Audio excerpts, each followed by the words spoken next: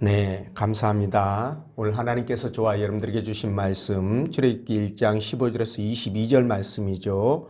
신앙인은 하나님을 경외하며 사랑을 존중합니다. 라는 제목인데, 자, 이 말씀 전해질 때 우리 하나님의 은혜가 이곳에 함께하길 원합니다. 네, 한 주간 편안하셨죠? 이제 벌써 2월을 마치고 3월이 시작되었습니다. 세월이 참 빠르다 이렇게 생각드는데 내일은요, 잠자던 개구리가 깨어난다는 경칩이거든요. 이 경칩이 지나면 이제 본격적으로 봄이 시작된다는 그런 뜻입니다. 그러니까 이제 목련도 피게 될 것이고요. 개나리도 피게 될 거고, 철쭉도 피고, 뭐 이런 봄꽃들이 이제 곧 필 텐데, 그렇게 이제 꽃들이 피면 여러분들이 그 봄의 그 꽃들을 보면서 봄의 정취를 느끼면서 한 템포 뭐 쉬어가는 것도 괜찮겠다 싶습니다. 여러분들 봄이 만물이 깨어나는 것처럼 저와 여러분들의 신앙도 깨어나서 하나님 앞에 한 템포 더 가깝게 다가가고 성숙해지는 그런 시간들이 되길 원합니다. 자, 오늘 하나님께서 본문의 말씀을 통해서 다음과 같은 세 가지로 우리에게 은혜를 주셨는데, 그 첫째가 하나님은 자기 백성을 이기에서 건져 주신다는 것이고요. 두 번째는 그렇기 때문에 지혜로운 사람은 하나님을 더 두려워해야 된다라는 거죠. 그리고 세 번째가 하나님을 모르는 자들은 생명 존중도 인권도 모른다라는 그런 제목이에요. 그래서 말씀을 따라가면서 하나님의 도우심을 받는 신실한 신앙인들은 어떤 그 모습으로 살아가야 될 것인가, 성령께서 들려주시는 하나님의 음성을 듣도록 하겠습니다. 자, 첫째로 하나님은 자기 백성을 이기에서 건져주십니다 라는 제목인데 15절에서 16절 말씀 읽어봅니다. 시작.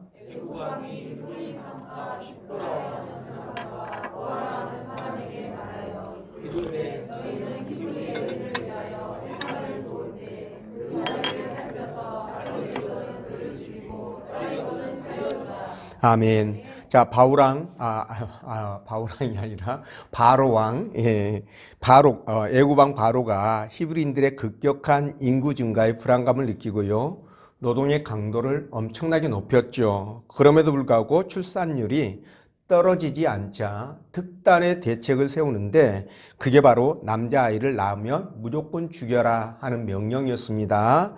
자, 이 명령은 이스라엘 백성들에게 실로 엄청난 이기였는데, 모세도 이것 때문에 태어나자마자 3개월 정도 숨겼다가 도저히 더 이상 숨길 수가 없어서 그냥 그의 운명을 하나님께 맡기고 그 갈대 배에 태워서 그 나일강으로 떠내려 보내는 그런 일들도 있었습니다.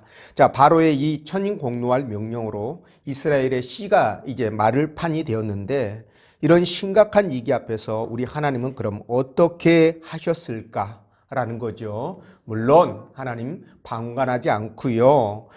저들을 살리기 위해서 이제 산파들을 움직이기 시작하는데, 이 십보라와 부하라가 있죠. 이 바로의 명령을 따르지 않고 히브리 남자아이들을 살려내게 되지요. 자, 여러분, 우리는 이 사건을 통해서 분명 하나님께서 주시는 메시지를 깨닫게 되는데, 그게 뭘까요? 바로 하나님은 당신의 백성들이 죽을 위기를 만나도 하나님은 절대로 그들을 방관하지 않고 살려내신다라는 것이죠. 자, 그렇습니다. 우리는 삶 가운데 살다 보면 좀 힘들 때 있고 지칠 때 있고 또 위기를 만날 때 있고 그러지 않습니까? 그런데 하나님께서 그럴 때마다 우리를 안전하게 지키시고 보호하신다는 사실이에요. 아니, 어떤 일을 만나든 간에 하나님께서는 그 모든 상황들을 통제하시고 간섭하신다는 사실입니다. 왜 그렇습니까? 당연히 하나님은 저와 여러분들의 아버지가 되시기 때문에 그렇죠. 근데 이 아버지가 보통 아버지십니까? 자녀들의 모든 것들을 속속들이 아시는 것은 물론이거니와, 그리고 우리의 생각과 마음까지 읽는 그런 분이시지 않습니까? 그렇기 때문에 어떤 상황에서도 하나님은 저와 여러분들을 지키시고 보호하시는 것이 어쩌면 이런 것들은 일도 아니다, 이렇게 보시면 될 것 같습니다. 그래서 문제 해결을 위해서 하나님이 개입하시는데, 그런데 말이죠, 우리가 그때를 알 수는 없습니다, 사실. 그러나 분명한 것은 가장 적절할 때에 가장 적절한 방법으로 하나님께서 그 문제들을 개입해서 해결해 가신다는 사실이에요. 이것만 우리가 알고 있으면 좋을 것 같습니다. 자, 페르시아 제국의 실권자였던 하만 아시죠? 에스더서에 나오는 이 하만이 이 모르드게와의 개인적인 원한 때문에 어떻게 합니까? 본토에 있는 유대인들은 물론이거니와 페르시아 제국의 영향력 아래에서 살아가는 모든 유대인들을 전부 다 말살시키려고 아예 날짜까지 딱 정해놓죠. 그런데 이때 모르드게와 이 에스더는 이런 흉악한 관계에 맞서서 하나님 앞에 금식하며 기도하며 그리고 행동에 나서게 되죠. 자, 그 결과 어떻게 됩니까? 이 기도를 들으신 하나님께서 어떻게 하셔요? 유대인들을 구하시고, 그리고 그들의 모든 그 악한 계획들을 막아내는 이런 부분들을 우리가 보게 됩니다. 자, 이뿐만이 아니죠. 성경은요, 수많은 곳에서 하나님께서 당신의 택한 백성들을 지키시고 보호하시기 위해 어떻게 일을 하고 계시는지 그 모습들이 정말 많이 나옵니다. 여러분들 그렇게 믿고 계시죠? 자, 오늘 본문에서도 애굽에서 고통당하는 이스라엘 백성들을 살려내기 위해서 하나님이 어떻게 하십니까? 모세를 동원해서, 그죠? 모세를 동원해서 그들을 불러내 가나안 땅으로 인도해 가시거든요. 근데 그 과정에서 또 백성들이 수많은 위기를 만납니다. 그럴 때마다 하나님께서는요, 홍해 바다를 갈라서 정말 죽을 수밖에 없는 사면초가에 몰려있는 이 백성들을 홍해 바다를 걸어서 통과하게 그렇게 만드시지를 않나. 또 쓴물을 단물로 바꾸고 또 바위돌을 갈라서 물이 솟아나게 만듦으로 말미암아 그들을 먹이시는 그런 기적들을 만듭니다. 그리고 그들이 먹을 거 입을 것이 없을 때마다 만나와 메추라기를 공급하셔서 먹이시고 입히시고 또 아말렉을 비롯한 이 대적들이 이스라엘 백성들을 공격할 때는요, 하나님께서 직접 그들을 또 대응해서 이기게 해 주셨습니다. 자, 이런 과정들을 통해서 하나님은 이스라엘 백성들을 당신의 눈동자 보호하듯이 그렇게 보호하셨는데, 여러분, 하나님의 그 보호하심은 지금도 계속된다는 거예요. 저와 여러분들은 어떤 존재입니까? 영적 이스라엘이죠. 그죠? 우리가 하나님의 자녀라는 거예요. 그렇기 때문에 똑같이 이스라엘을 보호했던 것처럼 저와 여러분들도 하나님께서 당신의 눈동자 보호하듯이 우리도 그렇게 지키시고 보호해 주시는 것은 물론이거니와 우리의 일거수일투족까지 감찰하시면서 세상 끝날까지 저와 여러분들과 함께 하신다는 거예요.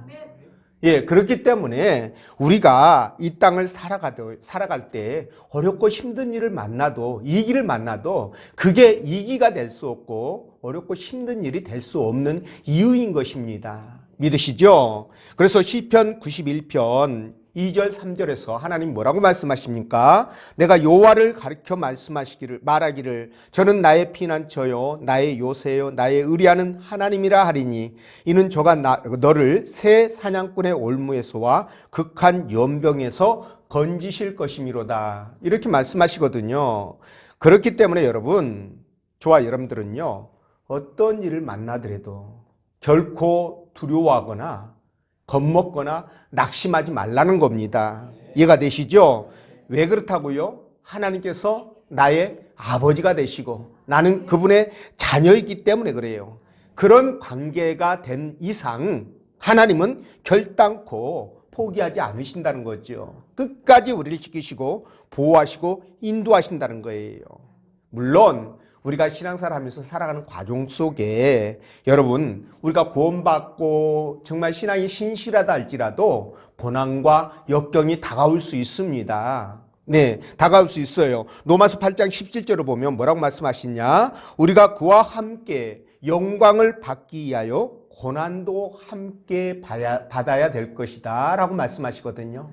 그러니까 하나님께 은혜를 입고 영광을 얻기 위해서는 고난도 역시 함께 받아야 된다는 거예요. 그러니까 이 말씀이 뭡니까? 예수를 믿어도 이 길을 만날 수 있고 고난도 역경도 어려움도 힘듦도 애로움도 겪을 수 있다는 거예요. 애매한 고난 당할 수 있습니다. 그러니까 이런 부분들을 우리가 항상 예상을 해야 되는 거예요. 이걸 예상하지 못하면 저와 여러분들에게 어려움이 오거나 고난이 오거나 이 길을 만났을 때 하나님을 원망하게 되고요. 네, 그리고 결국 교회를 떠나는 경우들 우리 주변에서 얼마나 많이 봅니까? 자, 그런데 말이죠. 참고로 여러분들에게 말씀을 드리면 고난이 다가오는 이유가 몇 가지 있죠. 그게 뭐냐면 크게 나눠서 두 가지인데 그 하나가 바로 연단의 목적이에요. 그러니까 저와 여러분들이 신앙생활을 잘하고 있음에도 하나님께서 뭡니까? 더 잘하라고 우리 신앙을 성장시키기 위해서 또 더 좋은 것, 더 많은 것을 우리에게 주시기 위해서 시험 삼아 테스트를 하는 그런 연단의 과정이 있다는 것을 여러분들에게 말씀을 드리고요. 두 번째는 뭐냐면 징계의 목적이 있습니다. 이거는 저와 여러분들이 신앙생활하면서 하나님과의 관계가 올바르지 못하거나 죄를 지었거나 그랬을 때 이걸 깨닫고 하나님 계속 메시지를 주거든요. 깨닫고 돌아오라는. 근데 메시지를 주는데도 불구하고 그걸 받지 못하고 알지 못해서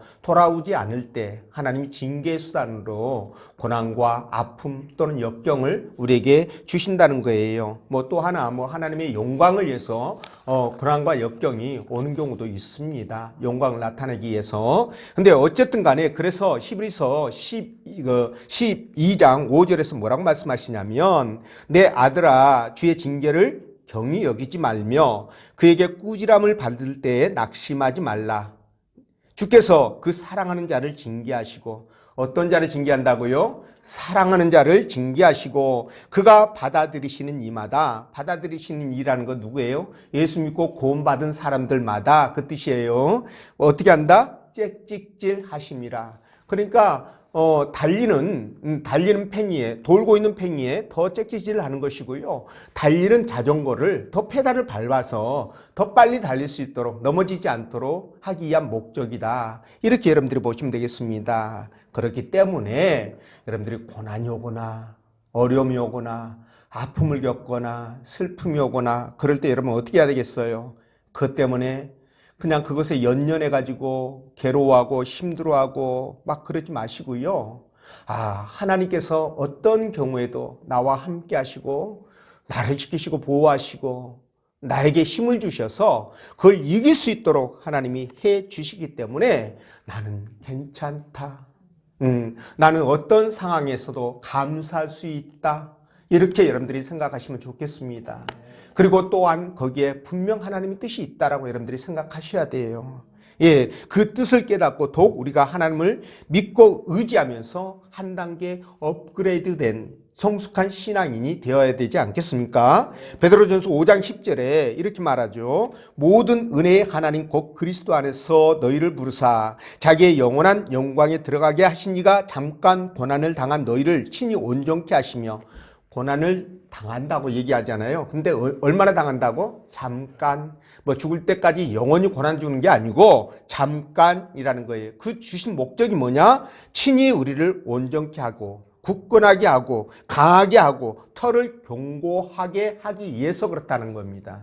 이해가 되시죠? 그러면 이런 목적이라고 한다면 뭐예요? 연단의 목적이 되겠죠. 그렇죠? 그러니까 이게 감사의 조건이에요, 여러분. 그래서 무조건 여러분들의 인생에 그렇게 좀 힘들고 어려운 밤이 왔다 할지라도 그것 때문에 여러분들이 힘들어하지 마시고요. 오히려 그것을 기쁨으로 승화시킬 수 있는 그런 신앙적 역량을 갖는 것이 우리 신앙인들의 자세 아니겠습니까? 그렇죠? 이게 복된 길이다. 여러분들 그렇게 생각하시고 꼭 그런 삶이 되시기를 주의 이름으로 축원드립니다. 그리고 두 번째, 그렇기 때문에 지혜로운 사람은 하나님을 더 두려워하면서 살아야 된다는 거죠. 네, 15절 16절 말씀인데 여러분 애굽왕 바로가요 히브리인들 말살 정책으로 산파들에게 명령하죠. 새로 출생하는 아기들을 전부 다 죽여라. 남자 아기들 다 죽여라. 자, 이 명령은 당시 왕은 곧 신이라는 그런 국가 간에서는 절대 거스릴 수 없는 명령이죠. 만약 거슬리면 바로 죽음이 기다리고 있는 그런 겁니다. 죽음을 면할 수가 없습니다. 자, 그럼에도 불구하고 이 산파들은 이 바로의 명령을 어기고 히브리 남아들을 죽이지 않았는데 여러분 왜 그랬다고 성경에서 말씀합니까? 바로 산파들이 바로 왕의 명령보다 하나님의 말씀을 하나님을 더 두려워했기 때문이다. 두려워했기 때문이다. 이렇게 말씀하고 있지 않습니까? 그렇죠? 자, 그렇습니다. 이 산파들은요. 말을 듣지 않으면 당장 죽을 수도 있는 상황이에요. 예. 근데 바로 왕의 말보다 하나님의 말씀을 더 이렇게 믿고 그 말을 따랐다는 것은 그들의 마음속에 어떤 생각이 있었다는 것을 알 수 있습니까? 그렇죠. 하나님은 살아계시고 그리고 우리의 생사를 주관하시는 생사화복을 주관하시는 그런 분이라는 그런 믿음, 그런 확신이 확실하게 마음속에 있었기 때문이라는 거예요. 그런 확신이 있었기 때문에 여러분 목숨 걸고 그들이 뭐랄까요? 속된 말로 쇼부를 치지 않았겠습니까? 그렇죠? 예, 그런 것입니다. 네, 자 그렇기 때문에 이러한 확신과 믿음이요 정말 중요합니다. 신앙인들에게. 그래서 저와 여러분들도 말이죠. 신앙생활하는 과정 속에서 하나님 눈에 보이지 않아요. 그리고 그분의 목소리 들리지 않죠. 느껴지지 않습니다. 그렇지만 그러나 우리는 성경을 통해서 하나님이 살아계시고 하나님의 음성을 듣고 또 하나님을 느끼는 거예요. 성경을 통해서 그렇게 느끼는 겁니다. 만약에 여러분들이 성경을 통해서 하나님을 만나지 못한다면 실제로 하나님이 여러분들 눈앞에 보여진다 할지라도 믿지 않을 것입니다. 그게 바로 누가복음 16장 31절의 말씀이에요. 믿지 않는다 이렇게 말씀하시고 있거든요. 아니 눈앞에 있는 예수님도 못 믿는데 어떻게 하나님을 보이지 않는 하나님을 믿을 수 있겠습니까? 이게 불가능하거든요. 자 어쨌든 폐 일어나고 여러분들은 하나님을 얼마나 믿고 계십니까? 하나님께서 정말 살아계시고 나와 함께 하시고 나를 지키시고 보호하신다는 그런 믿음의 확신을 갖고 있느냐는 거예요. 이 질문에 여러분들이 답변을 하셔야 됩니다. 자, 만약 그런 확신이 있다고 한다면 어떻습니까? 오늘 이 산파들처럼 비록 내 목숨을 잃는 한이 있다 할지라도 사람의 말을 듣는 것이 아니라 누구의 말을 듣게 된다고요? 하나님의 말씀을 더 믿고 신뢰하게 된다는 거예요. 나아가 하나님 앞에 하나님 말씀에 목숨을 걸 수 있다는 겁니다. 예, 왜냐하면 저와 여러분들이 이 땅의 삶을 살아가는 것이 전부라고 한다면 굳이 그럴 필요 없어요. 그냥 이 땅에서 여러분들이 최고로 즐겁게, 최고로 기쁘게 무슨 짓을 해서라도 남의 것을 빼앗아서라도 어떻게 합니까? 누리고 사는 게 맞지요. 그런데 이 세상 삶이 전부가 아니지 않지 않습니까? 우리 잠시 잠깐 이 땅에 있다가 돌아갈 영원한 낙원이 있잖아요. 그렇죠? 그렇다면 우리는 그 낙원을 바라보면서 살아가는 사람들이기 때문에 잠시 잠깐 살아가는 이 땅의 삶이 좀 힘들고 고단하다 할지라도 영원한 내세를 바라보는 사람들은 그것을 이기고 능히 극복하고 넘어서는 삶이 가능하다는 거예요. 이해가 되시죠? 자, 그렇기 때문에 여러분 우리가 하나님 말씀을 따르고 믿을 수밖에 없는 거예요. 그래서 잠언 29장 25절에서 사람을 두려워하면 올무에 걸리거니와 그렇습니다. 사람을 두려워해서 사람의 종이 돼버리면 자유를 잃어버리게 되잖아요. 시키는 거 가스라이팅 여러분 많이 들어보죠? 가스라이팅 되는 것처럼 시키는 대로 그렇게 하면서 종처럼 살아가다가 결국은 지옥 가야 돼요.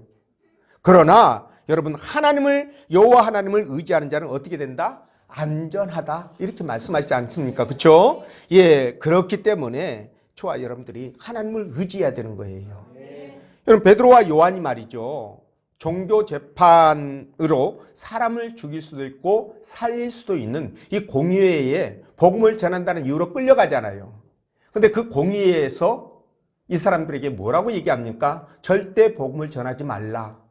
이렇게 명령하죠.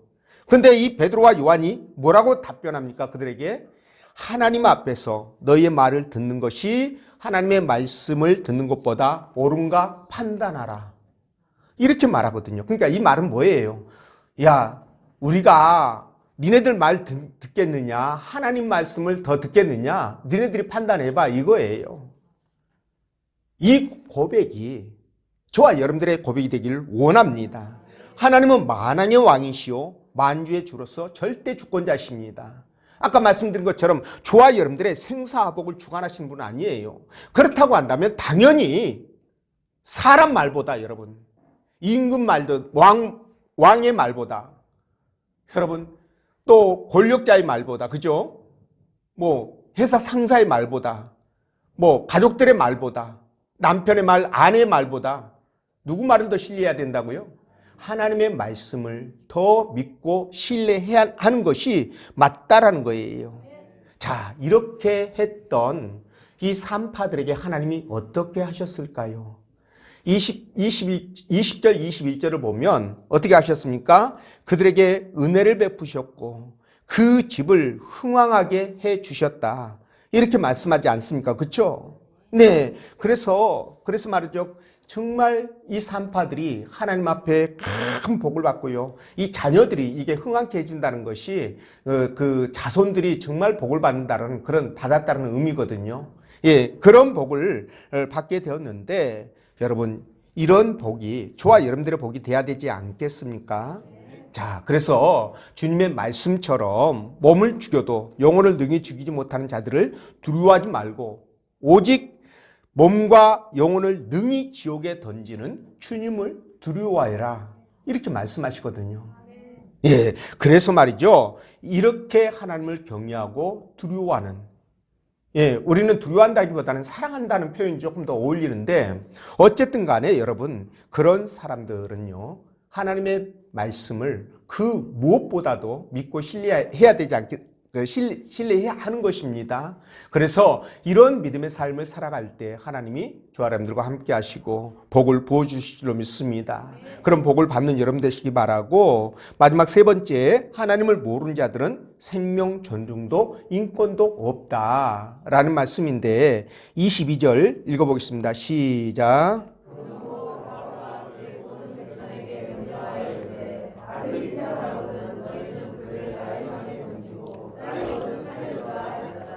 아멘. 자, 여러분, 바로왕이요. 처음에는 산파들에게 이제 은밀히 이제 그 명령을 하죠. 남자아이들을 죽여라. 그랬는데, 아니, 이게 아무리 그렇게 해도 인구가, 아이들이 이제 막 태어나고 인구가 줄지를 않는 거예요. 산파들이 또 자기들 말을 듣지를 않습니다. 이러다 보니까 어떻게 됩니까? 이제는 완전히 거국적으로 국가적으로 뭡니까? 모든 백성들에게 히브리인들의 남자아이를 전부 다 나일강에 던져라. 이렇게 명령을 하게 됩니다. 자, 여러분 이걸 보면서 우리가 뭘 느끼게 되냐면 야, 이 바로왕이 정말 악독한 사람이구나. 뭐 사람의 인권 이런 거는 고사하고 생명 자체를 귀하게 생각하지 않는 그런 작자이구나 라는 것을 우리 알 수 있습니다. 마치 아까 말씀드린 하만처럼 말이죠. 하만이 이 모르드게가 자기에게 절하지 않았다는 그 이유 하나 때문에 유대인들, 하만이 유대인이라는 그 이유로 유대인들 전체를 전부 다 죽이려고 하는 그런 어마어마한 이 말도 안 되는 계획을 세우지 않습니까? 바로 이런 모습을 우리가 여기서 보게 된다는 거예요. 그러니까 자, 이걸 통해서 우리가 느끼는 게 뭐냐? 아, 하나님을 모르는 자들은 사람 목숨을 파리 목숨처럼 생각하는구나. 목적을 위해서라면 사람에게 어떤 짓도 할 수 있는 그런 자들이구나 라는 것을 우리가 깨닫게 됩니다. 여러분, 비단 이 하만, 성경 속에서 등장하는 이 하만이나 오늘 이 애굽의 왕만 그랬을까요? 그렇지 않습니다. 우리 근현대사를 보면 이 가까운 시기에 이런 부분들이 얼마나 많이 있었는지 몰라요. 여러분, 특히 악마의 사상 또는 악마의 이념이라고 불리는 이 공산 사회주의의 그 사상이나 이념들 말입니다. 이걸 신봉하는 사람들의 정신적인 상태가 얼마나 심각한지 몰라요. 얼마나 악한지 모릅니다. 이들은 목적을 위해서라면 수단과 방법을 가리지 않아요. 제가 예를 들어 보겠습니다. 소련이 말이죠. 원래 러시아였잖아요. 그걸 뒤집어 엎고 소비에트 연방공화국으로 만들었는데 니콜라이 2세를 퇴위시키고요. 죽이고 이제 그렇게 바꾸는 과정 속에서 공산주의 그 이념이나 사상에 반대하는 사람들, 협조하지 않는 사람들을 무려 9천만 명을 죽이게 됩니다. 죽이거나 실종시켜요. 그리고 중국의 모 대통령도 마찬가지입니다. 문화혁명 당시에 이 공산주의를 정착시키는 과정 속에서 무려 4천만 명을 죽이거나 실종을 시킵니다. 어떻게 사람을 이렇게 죽일 수 있겠습니까? 그리고 여러분, 베트남의 호치민도 말이죠. 이 남베트남 그 사이공을 함락시켰지 않습니까? 그렇죠? 그리고 나서 그들이 말이죠. 종교인들, 지식인들, 그리고 부자들 또는 경찰이나 또는 군인들 그리고 교사들까지 조금만 자기들에게 비협조적이거나 문제가 있다고 판단하면 전부 다 잡아서 죽이거나 실종이 됐는데 이 사람들이 무려 300만이에요. 어마어마하죠. 그리고 말이죠. 그 캄보디아의 폴포트 아실 겁니다. 킬링필드로 유명하지 않습니까? 그 폴포트가 프랑스 파리로 유학을 가서요. 거기에서 이 모 대통령 공산주의 사상을 접해요. 특히나 모 대통령에게 굉장히 심취해 있었는데 자기가 이제 그 캄보디아에 돌아와서 정권을 잡은 다음에 나는 모 대통령보다 더 빠르게 이 캄보디아를 공산화시키겠다라는 그 일념으로 말이죠. 어떻게 한 줄 아십니까? 완전히 나라를 뒤집어 엎어버리게 되는데요. 그래서 자본주의 산물이라고 학교도 폐쇄하고 공장도 문 닫고 그리고 은행도 상점도 아예 돈까지 다 없애버립니다. 물물교환 시대로 돌아가요. 나중에 이 물물교환도 못하게 만듭니다. 그리고 푸놈펜이 수도잖아요. 그 푸놈펜에 살고 있던 사람들을 단 하루 만에 다 농촌 지역으로 소개를 시켜버리는데 이주를 시키는데 여러분 어떻게 한 줄 아세요? 단 하루만인데 거짓말을 하죠. 미군이 푸놈펜을 언제 폭격한다. 그러니 그날 바로 오늘 떠나야 된다. 이렇게 이제 포고를 내린 겁니다. 그래가지고 그렇게 해서 전부 다 부랴부랴 더 떠나게 만들었는데 떠나지 않고 남아있는 사람들을 총으로 쏴서 다 죽여요. 그러다 보니까 막 정신없이 푸놈펜을 떠나오게 되거든요. 이렇게 해서 말이죠. 죽인 사람들이 이 과정 속에 고문하고 죽이고 이런 사람들이 인구의 20%예요. 어마어마합니다, 여러분. 그게 언제인 줄 아십니까? 75년부터 79년 사이에 일어난 일들이에요. 이게 바로 공산주의자들이 이렇게 하는 일들입니다. 북한은 어떻습니까, 여러분? 북한 더 심각해요, 여기들은. 철저한 그 사람들을 통제함으로 말미암아 완전히 그 인민들을 개, 돼지로 사육을 하지 않습니까? 그렇죠? 잘 먹이면 또 몰라요. 북한도 90년대 중반 후반부에 94년, 93년부터 시작해서 97, 8년, 9년까지 무려 300만의 아사자가 나옵니다. 굶어 죽는 사람들이. 근데 김정일과 그 일족들은요, 얼마나 잘 처먹었는지 딸까지 그냥 막 돼지가 돼가지고 나왔지 않습니까? 그렇죠? 저지난주에 어떻게 했습니까? 심지어 좀 풍부하다는 개성까지도 아사자가 나오고 있다라는 보도가 나오고 있어요. 이 공산주의의 실체입니다, 여러분. 근데 걔네들이 어떻게 그렇게 할 수 있습니까? 거짓말로. 진실 몇 프로 섞어서 진실 10%, 20%, 거기에다가 거짓말 80%, 90% 더해가지고 사람들을 선전선동하죠. 기가 막히게 거짓말을 잘합니다. 사람들을 현혹해서 그렇게 사람들을 만들어 가거든요. 이게 굉장히 무서운 거예요. 이게 공산주의가 그래서 이게 사단의 악마의 앞잡이다 이렇게 보시면 됩니다. 예, 그렇기 때문에 여러분, 우리가 정말 중요한 것이 뭐냐. 자, 제가 여러분들에게 예를 들어서 말씀드렸던 것들, 이거 특징이 뭡니까? 전부 다 공산주의자라는 거예요. 그러니까 하나님을 모르거나 아니면은 하나님을 적대적으로 대적하는, 적극적으로 대적하는 자들이다. 이런 공통적인 특징이 있다는 거예요. 자, 그래서 말이죠. 우리가 이런 자들의 거짓말에 속지 말아야 됩니다. 매스컴을 장악하고 그 매스컴을 통해서 국민들을 호도하고 여론을 만들어서 그렇게 자기들의 목적을, 정치적 목적을 만들어가는 이런 것들을 우리가 주의 있게 살펴야 되고요. 이렇게 무서운 괴물이 될 수 있다. 이걸 역사가 증명하고 있는 거예요. 이해가 되시죠? 자, 그렇기 때문에 우리는 이런 부분에 대해서 경각심을 가져야 되는데, 근데 말이죠. 비단 이들만 그러느냐? 그렇지 않아요. 우리 주변에 인간의 존엄성을 경시하는 그런 부분들이 참 많이 있는데요. 돈 때문에 사람을 죽이는 일들 흔하지요.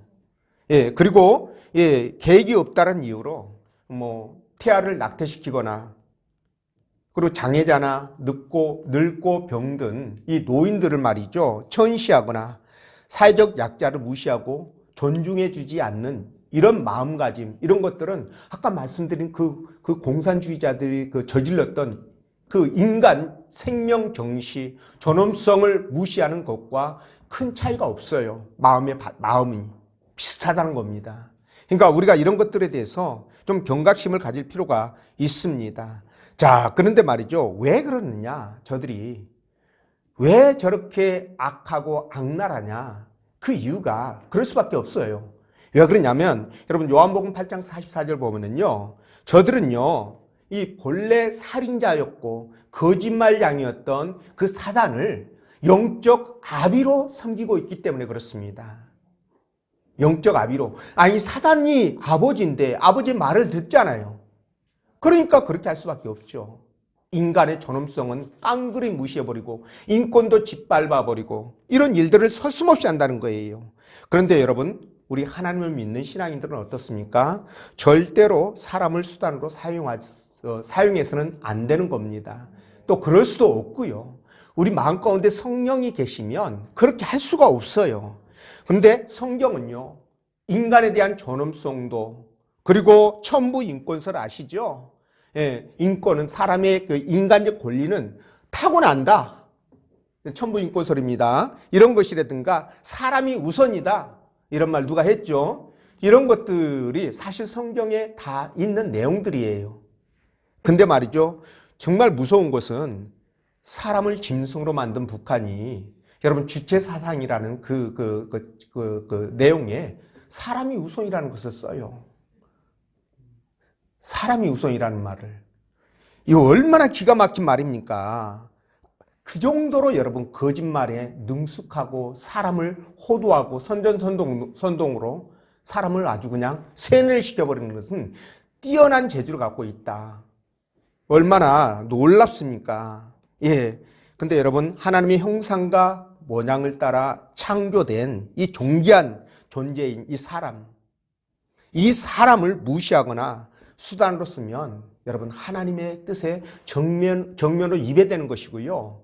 그러면 하나님께서 심판하십니다. 우리 이거 기억해야 됩니다. 그렇기 때문에 우리는 생명의 주가 되시고 또 그 주가 되시는 하나님을 아버지로 모시는 저와 여러분들은 그 자녀답게 어떻게 해야 됩니까? 형제들을 존중하고, 그죠? 사랑하고, 또 하나님을 경외하고, 또 사랑하고, 두려워하고, 그렇게 해야 된다는 거죠. 그렇게 할 때, 여러분, 우리도 오늘 이 본문 속에 나오는 산파처럼 진짜 하나님의 말씀을 믿고 따르는 그런 사람이 될 수 있어요. 산파처럼 그런 복을 받을 수 있습니다. 그런 삶이 저와 여러분들의 삶이 돼야 되지 않겠습니까? 그렇습니다, 여러분. 하나님 살아계시거든요. 여러분 절대 이거 여러분들 정말 믿으셔야 됩니다. 그리고 그분이 살아계셔서 지금도 저와 여러분들과 함께 하시면서 어떤 경우에도 저와 여러분들을 지키시고 보호하시기 위해서 그분이 움직이신다는 것을 믿으셔야 됩니다. 그리고 여러분 기도하십시오. 응답 주실 때까지. 언제까지? 응답 주실 때까지 기도하십시오. 그분이 능력이 무한하시기 때문에 또 저와 여러분들에 대해서 너무나 호의적인 생각을 갖고 있기 때문에 반드시 역사하십니다. 응답하십니다. 그런 확신과 믿음을 갖고 한 발짝 한 발짝 주님 앞에 더 가까이 다가가는 여러분 되시기를 주의 이름으로 축원드립니다. 기도합니다.